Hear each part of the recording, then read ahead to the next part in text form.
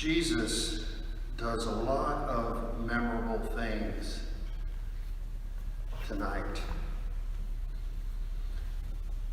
He creates the first Eucharist.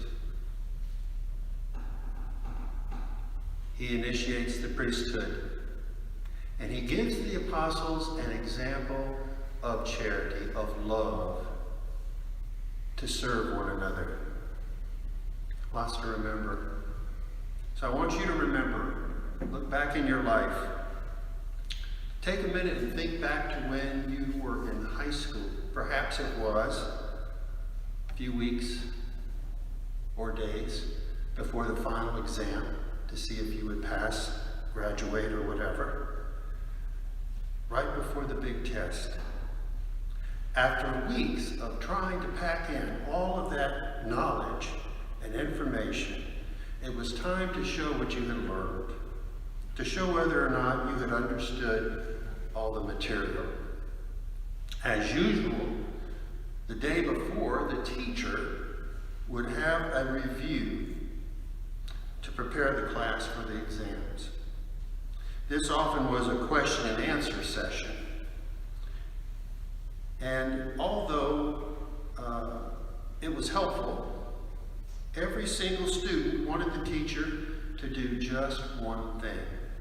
One thing. Please tell us exactly what's going to be on the test. Our concerns made perfect sense back then. After all, there was more material, way more material, that was presented that we could ever have on a test. Certainly some of the information and material was more important, more central to the topic at hand. Of course, some teachers during the review were much better at it, much more willing to focus in on exactly the things he or she wanted the students to know. And not everything taught was as critical as everything else. To believe otherwise just doesn't make much sense and flies in the face of our own experience. No teacher, the teacher had to make sure that if the student could only remember some things, they should know the core of the subject in question. If I, therefore, the master and teacher, have washed your feet, you ought to wash one another's feet. For Jesus, the clock is ticking, and he knows it. He doesn't really have much time left. He also knows that he has said many, many things to his disciples and his friends over the previous few years. He's told them countless stories. He's admonished them on occasion. He's spoken pearls of wisdom and insight to them. He's expressed his love for them and for the less fortunate. He's rebuked Pharisees and others he feels are speaking empty words. He's used particular words that point to a very intimate relationship with his Father. And he said some pretty puzzling things too. So many things, so much teaching, so much information, for lack of a better word. But now he'll be making that painful journey to Calvary. And this is his chance to make sure that they get it. That is, make sure they get him and what he was about. They probably won't remember everything. That would be impossible. So he better summarize the whole of his teaching, put into a few words what he had said in thousands of words. And of all the things he could have said and done that night before his death, he chose to wash their feet and tell them, if I, the master and teacher, have washed your feet, you ought to wash one another's feet.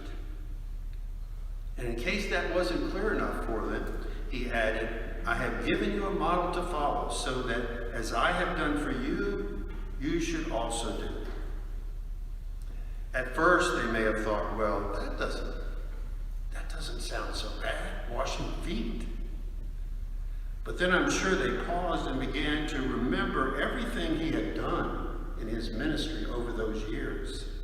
The healings, miracles, the prophesying, the storytelling, the wisdom, the reaching out to the outcast and the sinner, the tireless preaching and teaching, the words of inspiration as he walked all over the place. The ridicule he faced constantly. Was Jesus including all of that stuff too? How could they possibly do that? How can we possibly do that? Remember all of that. He took bread, and after he had given thanks, he broke it and said, "This is my body that is for you." Brothers and sisters, the analogy of the classroom example fails in one significant way. You see, unlike the particular situation, life is not a test. No, life is really not a test. It is a response to our incredible God who has loved us first. And our faithful response is only possible because our God has not left us orphans. Our God comes to us continually and in countless ways to support us and strengthen us and guide us, inspire us and comfort us.